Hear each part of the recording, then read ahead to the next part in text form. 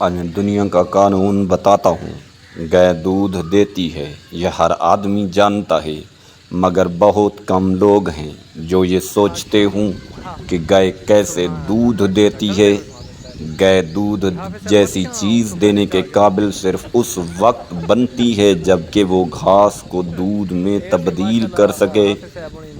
گائے جب اس انوکھی صلاحیت کا ثبوت دیتی ہے کہ وہ کم تر چیز کو اعلیٰ چیز میں تبدیل کر سکتی ہے، اسی وقت یہ ممکن ہوتا ہے کہ وہ خدا کی، اللہ کی دنیا میں دودھ جیسی قیمتی چیز فراہم کرنے والی بنے۔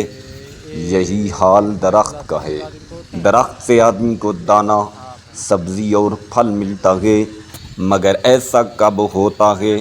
یہ اس وقت ہوتا ہے جب کہ درخت اس صلاحیت کا ثبوت دے کہ اس کے اندر مٹی اور پانی ڈالا جائے اور اس کو وہ تبدیل کر کے دانہ اور سبزی اور پھل کی صورت میں ظاہر کرے۔ درخت کے اندر ایک کم تر چیز داخل ہوتی ہے، اس کو وہ اپنے اندرونی میکانزم کے ذریعہ تبدیل کر دیتا ہے اور اس کو برتر چیز کی صورت میں باہر لاتا ہے۔ یہی معاملہ انسان کی زندگی کا بھی ہے۔ زندگی بھی اسی قسم کا امتحان ہے۔ موجودہ دنیا میں انسان کے ساتھ بھی یہی ہوتا ہے کہ اس کو محرومیوں سے سابقہ پڑتا ہے، اس کو ناخوشگوار حالات پیش آتے ہیں۔ یہاں دوبارہ انسان کی کامیابی یہ ہے کہ وہ اپنے ناموافق حالات کو موافق حالات میں تبدیل کر سکے، وہ اپنی ناکامی کے اندر سے کامیابی کا راستہ نکال لے۔ یہی دنیا کا قانون ہے، انسان کے لیے بھی اور غیر انسان کے لیے بھی۔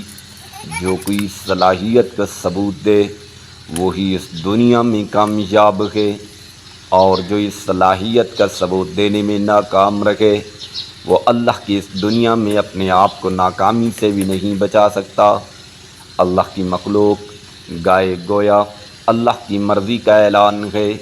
وہ بتاتی ہے کہ اس دنیا میں اللہ کو ہم سے کیا مطلوب ہے۔ اللہ کو ہم سے یہ مطلوب ہے کہ ہمارے اندر گھاس داخل ہو اور وہ دودھ بن کر باہر نکلے۔ لوگ ہمارے ساتھ برائی کریں تب بھی ہم ان کے ساتھ بھلائی کریں، ہمارے ساتھ ناموافق حالات پیش آئیں تب بھی ہم ان کو موافق حالات میں تبدیل کریں۔